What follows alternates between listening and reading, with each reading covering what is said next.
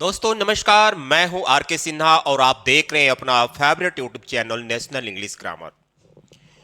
आज हम इस चैनल के माध्यम से देन एंड दैन के बीच में डिफरेंट जानेंगे। देन एंड दैन, इन दोनों के बीच में डिफरेंट क्या है और इनका यूज कहां पर किया जाता है। ठीक है, तो फर्स्ट ऑफ ऑल हम देन की बात करेंगे। THEN। ओके, देन इसका मतलब होता है उस समय, तो या फिर। ओके, ये है समय के सेंस में, ठीक है ना। देन का मतलब उस समय, तो या फिर होता है। लिखा है कि समय बताने के संदर्भ में इस देन का प्रयोग, यानी देन का प्रयोग समय बताने के संदर्भ में होता है। समय कौन सा समय है? 5 बजे हैं, 6 बजे हैं, 7 बजे, ये सब बात नहीं। देखिए अभी आपको कैसे पता चलेगा कि समय बताया। कह रहा है कि मैं उस समय छोटा था, मैं उस समय की बात कर रहा है, किसी से बता रहा है कि मैं उस समय छोटा था। तो इसके लिए अब हम क्या करेंगे, देखिए लिखा है ना कि उस समय। देन का मतलब उस समय, तो या फिर, तीनों में से कोई एक हो सकता है। तो लिखा है कि मैं उस समय छोटा था, तो इसके लिए बोलेंगे I was younger at, oh mistake, I was younger then. ठीक, I was younger then, younger. अब उस समय की मीनिंग एक और होता है। क्या होता है? At that time. आप इसका भी यूज कर सकते हैं। आई was younger at that time या आई वॉज यंगर देन। अब देखिए यहां क्या कह रहा है कि पहले अपना होमवर्क पूरा करो फिर टीवी देखो। कोई गार्जियन किसी बच्चे को कह रहा है कि पहले अपना होमवर्क करो फिर टीवी देखो, ठीक है ना। तो मैं बोला ना कि इस देन का मतलब उस समय, तो या फिर हो सकता है। तो यहां पर फिर का सेंस आ गया। तो देखिए पहले अपना होमवर्क करो, तो इसके लिए बोलेंगे फर्स्ट कंप्लीट। कंप्लीट मतलब पूरा करो अपना होमवर्क, योर होमवर्क। ओके, फिर आ गया, तो इसी के लिए ही हमको लगाना है देन। टीवी देखो, वॉच टीवी।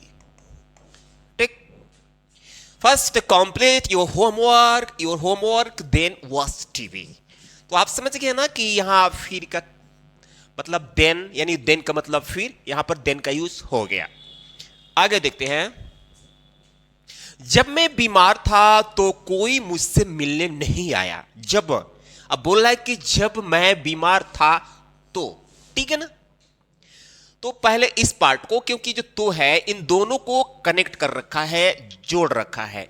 तो पहले जब मैं बीमार था, इसके लिए बोलेंगे when I was ill। अब यहां कॉमा लगाएंगे तब लिखेंगे देन, क्योंकि रूल है कि जब सेंटेंस when से शुरू होता है तो की मीनिंग कॉमा होता है, लेकिन कॉमा के बाद भी देन का प्रयोग हो सकता है। तो when I was ill then, कोई मुझसे मिलने नहीं आया, कोई नहीं, नेगेटिव सेंटेंस है। तो इसके लिए बोलेंगे नो वन केम मतलब आया, टू सी मतलब मिलने, अब मुझसे के लिए मी। When I was ill then no one came to see me, came to see me। तो आई होप कि आपको ये समझ में आ गया होगा डियर कि देन का प्रयोग कहां करते हैं। अब हम बात करते हैं देन। इसका मतलब होता है से या के अपेक्षा। भाई इसका यूज कंपैरेटिव डिग्री में किया जाता है, यानी जब, ये देखिए, इसका प्रयोग दो व्यक्ति या वस्तु तथा कार्यों के बीच की तुलना करने के लिए किया जाता है। कंपेयर करने के लिए, तुलना करने के लिए, चाहे वो दो व्यक्ति हो या वस्तु हो या जानवर हो, लेकिन दोनों एक ही कैटेगरी का होना चाहिए। व्यक्ति की तुलना वस्तु से नहीं, वस्तु की तुलना जानवर से नहीं, व्यक्ति की तुलना व्यक्ति से होनी चाहिए, वस्तु की तुलना वस्तु से होनी चाहिए, और जानवर की तुलना जानवर से होनी चाहिए। ठीक है, तो सबसे पहले करेंगे क्या कि subject, helping verb, main verb, और यहां एक एडजेक्टिव आएगा। एडजेक्टिव जैसे कि गुण या अवगुण बताने वाला वर्ड, जैसे कि हैप्पी, सैड, थीन, फैट, इस तरह के वर्ड आएंगे। उसी की मीनिंग में, यानी जो यहां पर एडजेक्टिव आएगा उसमें आपको ई आर जोड़ना है, तभी एक कंपैरेटिव डिग्री बन पाएगा। आज जस्ट उसके बाद देन लगाएंगे, ठीक। तब जो जिसकी तुलना होगी उस सब्जेक्ट को वहां पर लिख देंगे। सब्जेक्ट यहां पर भी है, सब्जेक्ट यहां पर भी है, तो दोनों ही सब्जेक्ट नॉमिनेटिव केस में रहेंगे, यानी कर्ता कारक में रहेंगे। यहां बहुत लोग ये सोचते हैं कि देन के बाद ऑब्जेक्टिव केस यानी कर्म कारक, तो कर्म कारक नहीं, क्योंकि दोनों व्यक्तियों के बीच की कंपेयर की जा रही है। तो देखते हैं, यहां लिखा है कि वह अपने भाई से लंबी है। अब देखिए, वह लंबी है, तो इसके लिए लिखेंगे सी इज, है के लिए इज, और लंबी के लिए टॉल होता है, टॉल। अब इसमें क्या करेंगे, ई आर जोड़ेंगे कि यही एडजेक्टिव है, और तब से की मीनिंग देन। अपने भाई, तो यहां लिखेंगे हर ब्रदर, हर ब्रदर। अगर आप भूल करके यहां पर लिख देंगे कि she is taller than her brother, तो ये ब्लंडर हो जाएगा, गलत हो जाएगा ये। इस पर बहुत सारे क्वेश्चन भी पूछे जाते हैं कंपैरेटिव एग्जाम में, ठीक है, देन और देन के बीच में।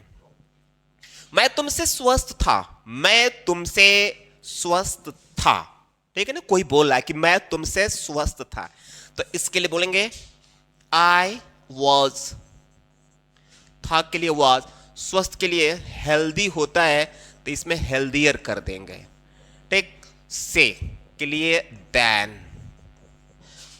तुम यानी you, I was healthier then you, I was healthier then you. मेरी कार आपकी कार से महंगी है, मेरी जो कार है ना आपकी कार से महंगी है, ठीक है ना। तो इसके लिए बोलेंगे my car is costlier, my car is costlier then yours. Yours लिखने से मतलब हो जाएगा कि मेरी कार आपकी कार, तो ये जो नाउन यहां पर रिपीट हो रहा है उसी रिपीटेशन को रोकने के लिए योर में एस लगा। तो my car is costlier then yours. झूठ बोलने से अच्छा ईमानदार रहना है, झूठ बोलने से अच्छा ईमानदार रहना है के लिए बोलेंगे it is better to be honest, to be honest than to tell a lie, to tell a lie, ठीक है।